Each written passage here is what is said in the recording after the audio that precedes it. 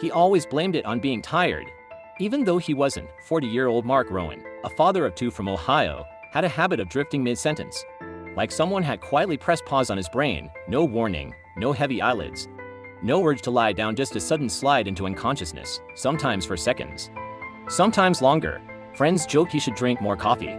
His wife thought he stayed up too late watching football. Mark laughed with them because the alternative was admitting he had no idea what was happening inside his own head. But the truth was darker. Much darker. The first collapse happened at 12 in the afternoon. He was explaining math homework to his daughter, and mid-sentence, the world simply vanished. He didn't remember falling, or blinking, or dreaming, just a blink of non-existence. Seconds later he was on the floor, his daughter screaming, and his wife shaking him awake. He insisted it was low blood sugar. He ate dinner early that night. As if that could fix whatever invisible force had pulled him to the ground, doctors suspected. Sleep apnea, stress, energy drinks. They ran basic tests, ordered blood work, suggested meditation. Nothing explained why a fully awake man could be erased from consciousness without warning. Mark returned home with a folder of possible causes, none of which explained why he could be holding a cup of coffee, perfectly alert, and find himself staring at the ceiling tiles moments later. Weeks passed. The collapses continued. Once while grilling in the backyard, once in a Zoom meeting, once while crossing a supermarket parking lot. The unpredictability got inside his head, like a clock ticking toward a moment he could never see coming. His children stopped asking what was wrong and started watching him, the way someone watches a candle flicker in a draft, waiting to see if it will go out.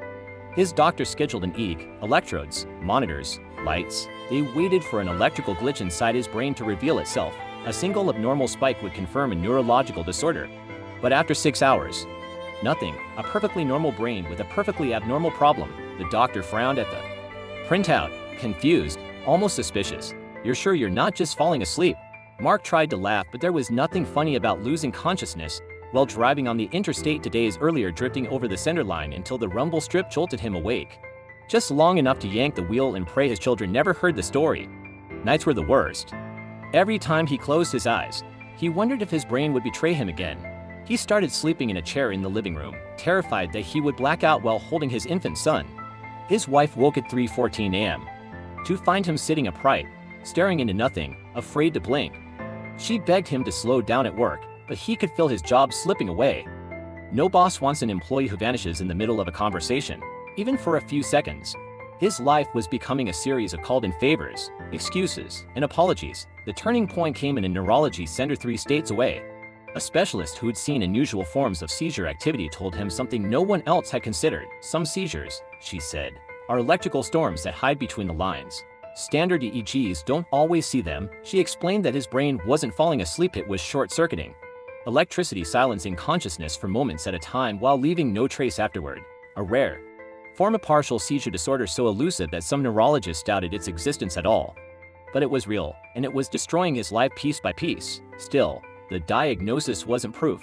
To confirm it, they needed a prolonged EEG, days of surveillance. Hoping to catch his brain in the act, the monitors watched every second, waiting for the invisible enemy that ambushed him without warning.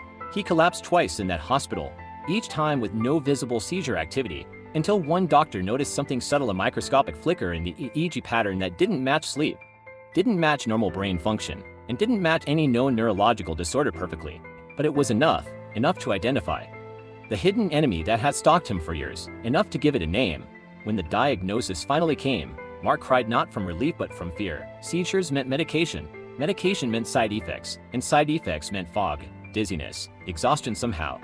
The cure risked delivering the symptoms he didn't even have, but he was out of options. The alternative was collapsing in traffic with his children strapped in behind him. The treatment worked, slowly.